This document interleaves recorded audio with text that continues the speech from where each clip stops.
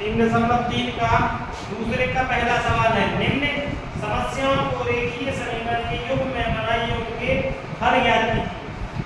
उनका अस्तित्व हो विलोपन विधि से ज्ञात कीजिए। यदि उनका अस्तित्व हो, अपन क्या करेंगे, यदि हम अंश में एक जोड़ दें हर में एक घटा दें, ये लिखा है ना, यदि अंश में एक जोड़ दें और हर में एक घटा दें, तो हमको पता नहीं है अंश क्या है, तो अपन मानेंगे। ठीक है, कौन सा है दूसरे का पहला सवाल? माना कि क्या लिखेंगे, माना कि भिन्न x मल्टीप्लाई क्या x ये मान लीजिए x होगा अंश और y होगा। ठीक है, अंश में एक जोड़ोगे, ठीक है, अंश में एक जोड़ेंगे तो x प्लस 1 और y में से एक घटाएंगे, क्योंकि उसमें बोला है हर में से एक घटाओ, तो हर में से एक घटाएंगे y माइनस 1 बराबर कितने के ऊपर कितनी बन जाती है, एक में बदल जाती है, तो एक में, ठीक है, बराबर कितना करेंगे, तो x प्लस 1 बराबर y माइनस 1,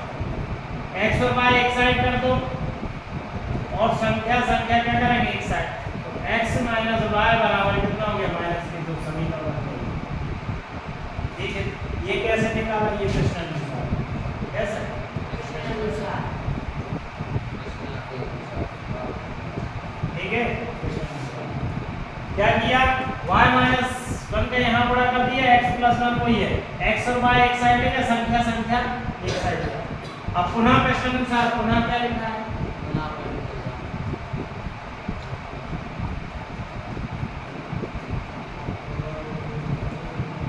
प्रश्नानुसार क्या लिखा है,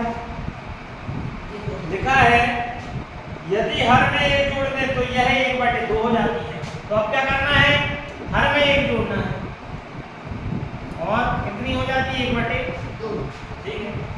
x सेम लिखा, y में एक जोड़ दिया हर में, तो 2 का x में गुणा करेंगे,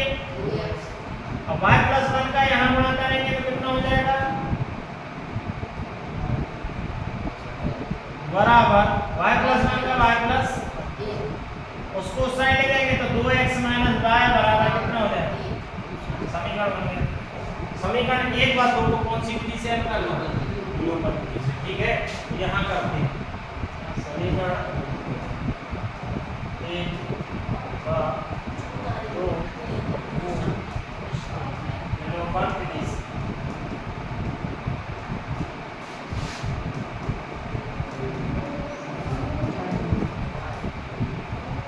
हल करें, क्या है आपका x माइनस y बराबर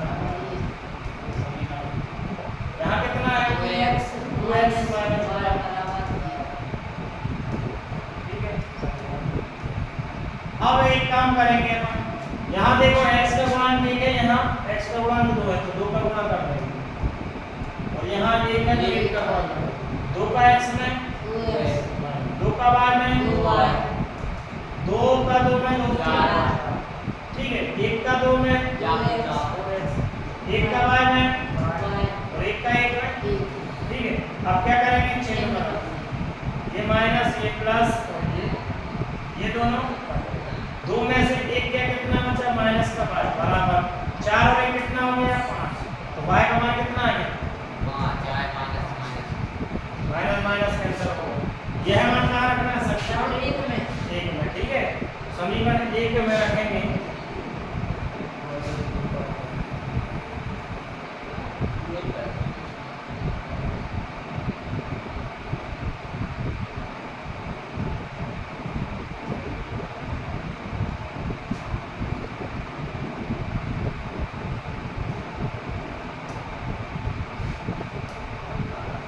यह मान कहाँ,